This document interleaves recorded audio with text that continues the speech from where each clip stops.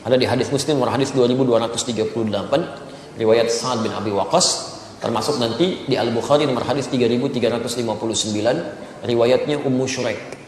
Hikmah Allah ketika menciptakan sesuatu makhluk apapun itu terdiri setidaknya dari tiga hal. Yang pertama, ada ujian kemaslahatan. Di makhluk itu dicipta supaya kita mengambil maslahat kebaikannya aja dari situ.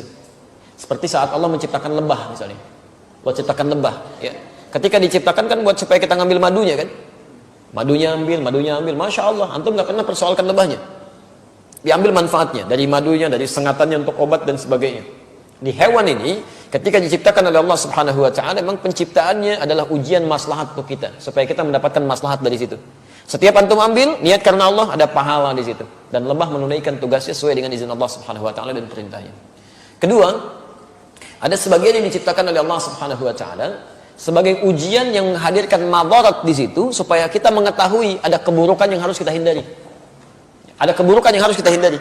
Misal, nyamuk diciptakan oleh Allah Subhanahu wa Ta'ala. Ketika diciptakan oleh Allah, mohon maaf, untuk menunjukkan bahwa ada lingkungan yang kotor di situ, yang tidak bagus, ada penyakit yang harus dihindari. Makanya ketika dia ditunjukkan oleh Allah, dia muncul fitrahnya, dia memang mesti, misal dieksekusi, dibunuh kan. Kenapa dia mesti dibunuh? Karena di lingkungan itu ada yang kotor, plus dia pun membawa kotoran yang mungkin bisa berpindah satu dengan yang lainnya. Di pelayanan kehidupannya, tasbihnya kepada Allah, memang khidmatnya untuk menunjukkan ada tanda yang kotor nih pada diri saya. Ada sesuatu yang buruk di lingkungan Anda. Jadi nyamuk itu ketika datang, dia membawa sesuatu yang baik untuk kehidupan kita. Cuman dilihat dengan persepsi yang kotor.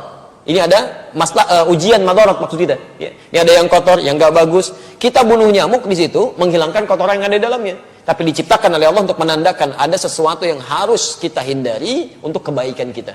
Makanya ketika Allah menciptakan nyamuk ataupun lalat, ya Masya Allah turun ayat di situ. Quran surah kedua Al-Baqarah ayat 26, posisi paling kanan dari tengah sampai dengan ke bawah.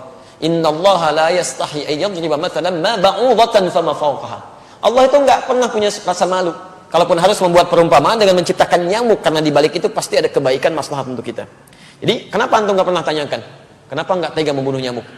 Kenapa nggak mengatakan kejam membunuh nyamuk? Jadi kan? Jadi persoalannya bukan bunuh atau tidak bunuh, itu ada ujian bagi kita yang menampilkan madarat di situ yang harus kita kemudian hilangkan. Kalau Allah nggak tampakkan, maka bahaya untuk kehidupan.